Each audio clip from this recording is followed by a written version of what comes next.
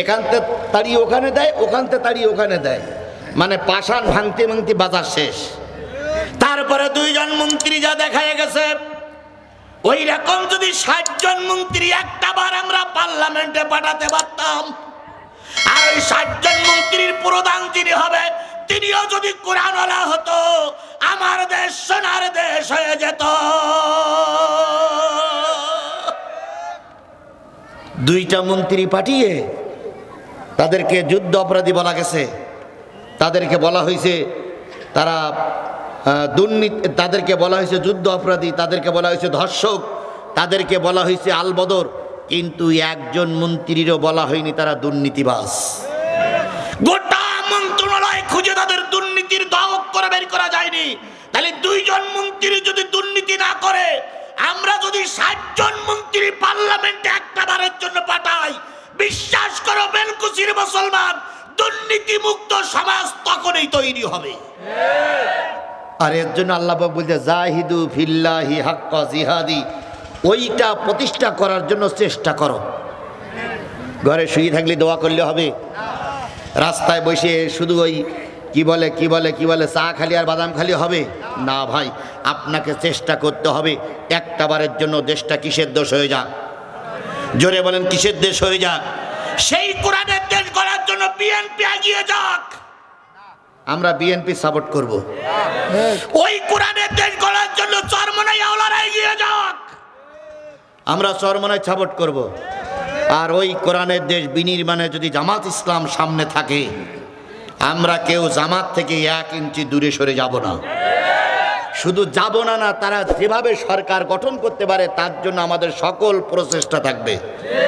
আমরা কেউ ঘরে বসে থাকব না ইনশাআল্লাহ। আমার ভাইয়েরা তাই বলতেছে, শুধু মুখে মুখে ইসলাম চাইলে হবে না, মুখে মুখে ইসলামী রাষ্ট্র চাইলে হবে না, তার জন্য তোমাকে আমাকে ময়দানে কাজ করা লাগবে।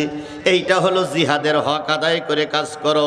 লোক যদি কম হয় আজকের থেকে কাজ করো, ফেব্রুয়ারি মাসের 10 থেকে 20 তারিখের ভিতরে ভোট হতে পারে, অথবা 5 থেকে 15 তারিখের ভিতরে ভোট হতে পারে। 5 থেকে 15 এর ভিতরে হওয়ার সম্ভাবনা বেশি। আজকের থেকে শুরু করে ওই ফেব্রুয়ারির 5 তারিখ পর্যন্ত যদি ময়দানে থাকি, আশা করা যায় কোরআন বিজয় অর্জন করে জাতীয় সংসদে যাবে।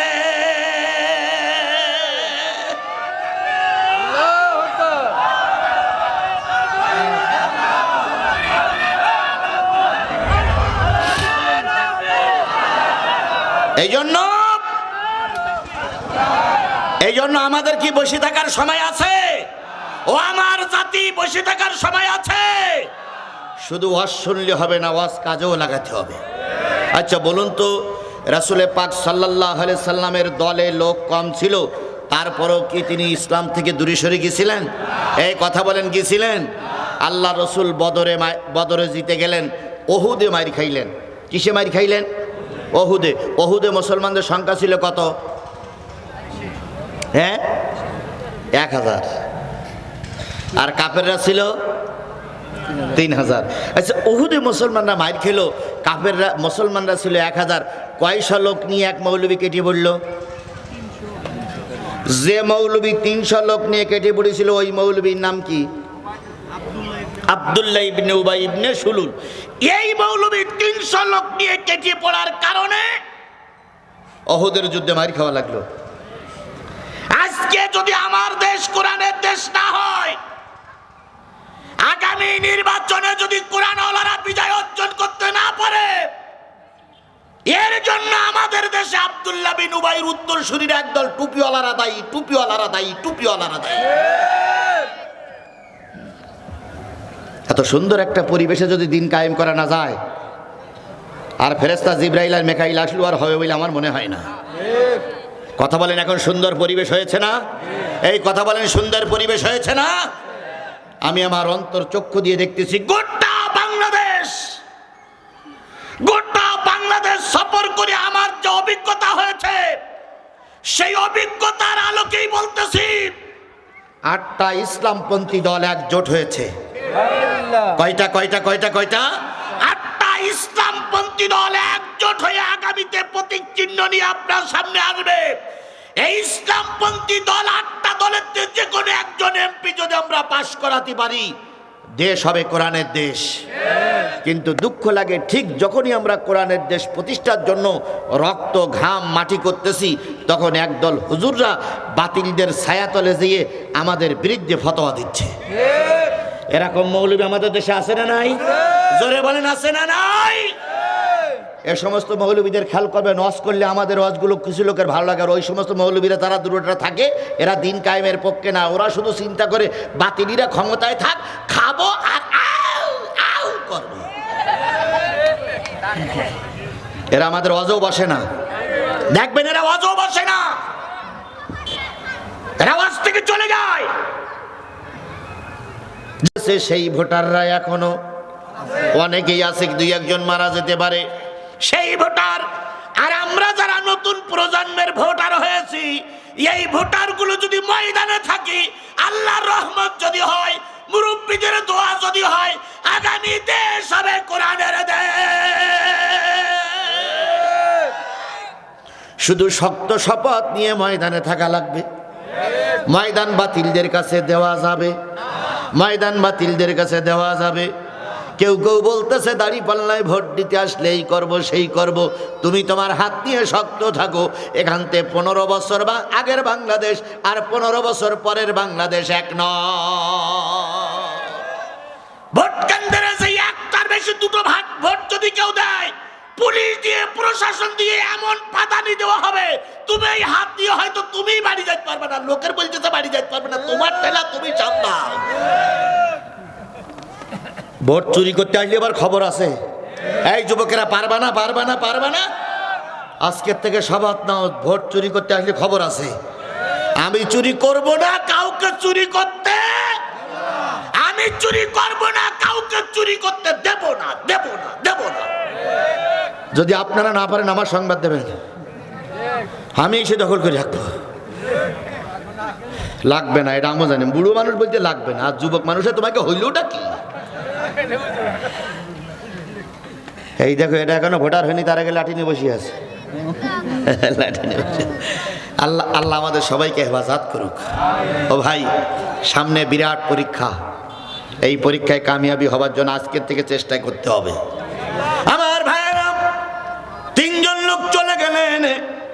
কাব ইবনে আশরাফের বাড়ির সামনে যেয়ে মোহাম্মদ ইবনে মাসলামা ডাকতেছে, বন্ধু, বন্ধু, বন্ধু। কাব ইবনে আশরাফ তখন খেয়ে দিয়ে কেবল শোয়ার পথে, রাত তখন মাঝরাত, জানালার ভাষা দিয়ে বলতে, কে ডাকে রে? চেনা চেনা কণ্ঠ, মোহাম্মদ ইবনে মাসলামা। জানালা বন্ধ করে দিল। কিরে বন্ধু, আমার চিনতে পারছো না? সেই তোমার সেই একসঙ্গে খেজুর বাগানে ঘুরতাম, একসঙ্গে ফল কুড়েই খেতাম, তুমি আমার চিনতেছো না? কয়, জানালা বন্ধ করলাম এই কারণে, তুমি এখন মুসলমান আর আমি এখন কাফের। মুসলমান আর কাফেরের সঙ্গে সম্পর্ক থাকতে, লা ইয়াত্তাখিযিল মুমিনিনা কাফিরিনা আউলিয়া মিন দুনিল মুমিনিন, একজন মুমিনের সঙ্গে আরেকজন কাফেরের কোনো সম্পর্ক থাকতে পারে না। সুতরাং তুমি মুমিন, তুমি রাসূলের দলের কর্মী, আমি সেই আগের ইহুদি, তোমার সঙ্গে আমার সম্পর্ক থাকতে পারে না। মোহাম্মদ ইবনে মাসলামা বলতেছে, বন্ধু, ভুল নাই আমি করলাম, তাই বলে কি আমার জায়গা দেওয়া যাবে না? আমি আর নবীর দল করব না। আগের থেকে বলে গেছে, আমি ওর মন জয় করার জন্য কিছু উল্টোপাল্টা কথা বলবো। কাব ইবনে আশরাফ দরজা খুলে বলতেছে, আমি জানি পৃথিবীতে একটা দলের কোনো পরিবর্তন হয় না। ইসলামী দলে একবার যারা নাম লেখায়, ওরা মারা যায় তবু দল ছাড়ে না। মারা যায় তবু কি ছাড়ে না? বাংলাদেশে আওয়ামী লীগ, বিএনপি, জাতীয় পার্টি, জামাত ইসলাম, চরমনাই, হেফাজত, খেলাফত, তারপর বহুত দল আছে। সব দলের সেই একটা দল আমি দেখেছি, একবার যদি ওই দলে কেউ ঢোকে, ওর বোম মারলেও ফেরে না। এই কথা বলেন, কথা বলেন, কথা বলেন। আওয়ামী লীগের লোক বিএনপি করতে পারে, বিএনপির লোক আমলিগ করতে পারে, জাতীয় পার্টির লোক আমলিগে ঢুকতে পারে, আমলিগের লোক জাতীয় পার্টিতে ঢুকতে পারে, কিন্তু একটা টুপিওয়ালা দল আছে, এরা জীবনে একবার যদি ওই খাতায় নাম লেখায় ওকে মেরি ফেল দিলু সে খাতাতে আর আসে না। সে দলটা কারা আমার কাছে ফোন করে জেনে নেবেন। জানো তো, চুপ করে থাকো বাবু, বেশি বলা বলি করো না, গোপন কথা সব জায়গায় বলতিনি। এবার কাব ইবনে আশরাফ বলতেছে, আমি জানি মুহাম্মাদের দলে যারা একবার ঢোকে তারা আর বেরিয়ে, আর দিন দিন মুহাম্মাদের দলে লোক বেশি হচ্ছে, আর তুমি বলতেছো দলের থেকে চলে আসছো। মুহাম্মদ ইবনে মাসলামা বলতেছে, বন্ধু আমি একা নই, আমার সঙ্গে আরো 2 জন আছে। তো জানলার থেকে কথা হচ্ছে, কিরে 3 জন আসলে তো লাইন খারাপ, ঘটনাটা কি? কয় বন্ধু, যে নবীর দল আমরা করি, যে নবীর সঙ্গে আমরা ছিলাম, এই নবী শুধু চান্দা চায়। কি চায়? চান্দা চায়, টাকা চায়। আর এই টাকা নিয়ে কনে কি করে তা জানি না, তা শুধু বিয়ে করে।